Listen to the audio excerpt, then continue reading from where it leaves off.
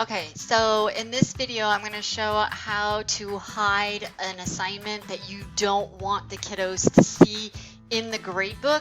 So there's a couple of ways to do it, but this is the way that I do it, and it seems to work. So what I do is I'm trying to make this as FERPA friendly as possible. So one way you can do this is by going to the actual lesson in the gradebook, and you click on the down arrow there, and you go to Edit. And then you're going to go to this page here, and you want to go to Restrictions.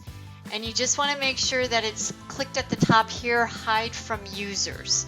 And then you want to just save and close. So that's one way that you can do it. And now I'm just waiting for it to close. Give it a minute. So Hide from Users.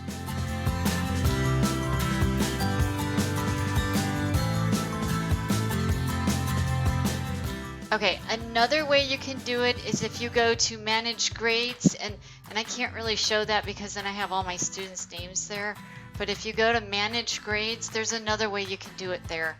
So you can see how you have all of these listed.